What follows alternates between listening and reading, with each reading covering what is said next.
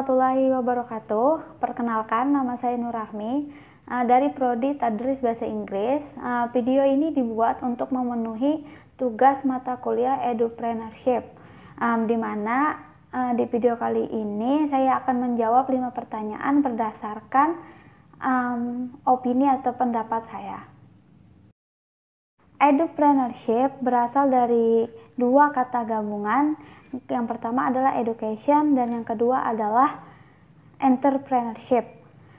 Kemudian edupreneurship memiliki tujuan untuk mendidik seseorang supaya bisa mengerjakan atau menghasilkan sebuah produk ataupun bisa melaksanakan bisnisnya sendiri, yang mana itu akan memiliki nilai jual dan bisa dimanfaatkan oleh semua orang.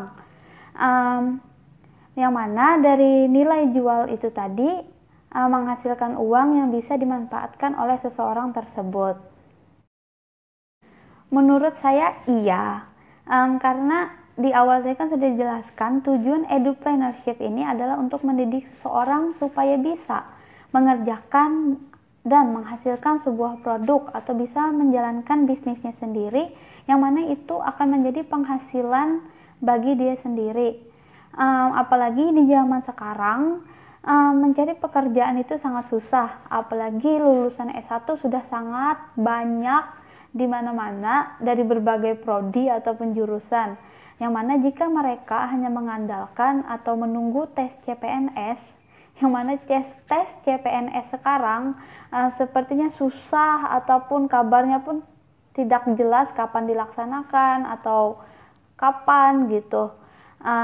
Maka dari itu, dengan mengetahui dan mempraktekkan benar-benar ilmu dari edupreneurship ini akan sangat membantu seseorang ataupun mahasiswa supaya bisa menghasilkan produk atau membuat produk atau menjalankan bisnisnya sendiri, yang mana itu akan menunjang kehidupannya selagi menunggu tes CPNS diadakan. Maksudnya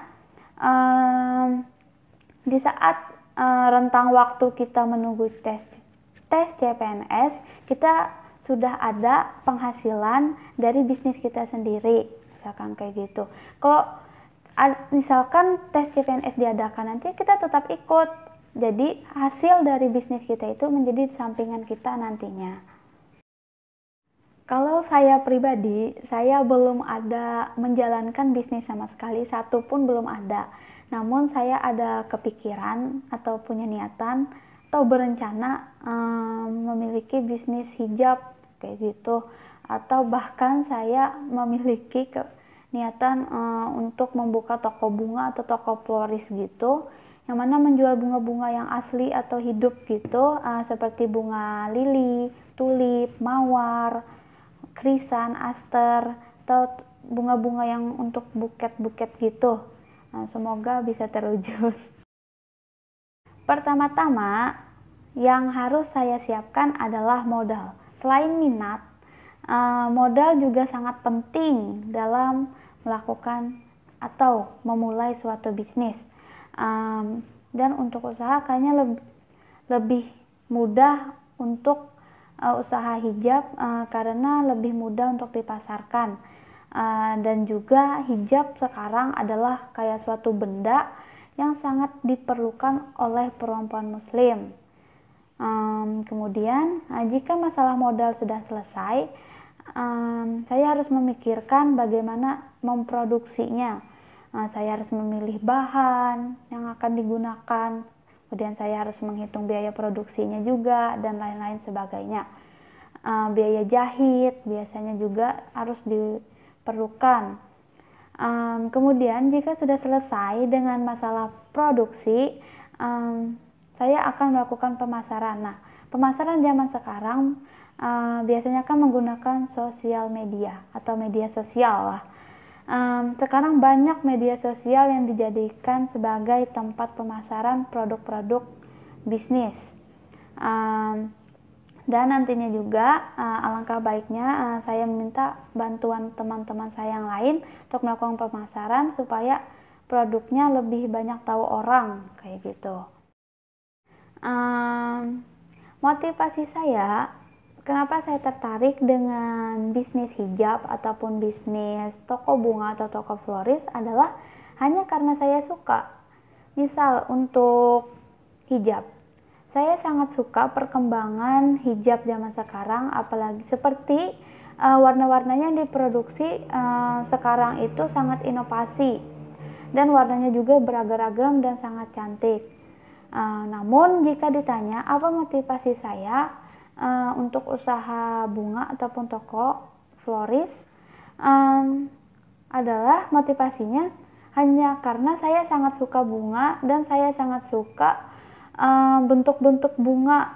Apalagi bunga kan bermacam-macam dan itu tuh sangat indah, sangat cantik dan sangat menawan pokoknya untuk bunga.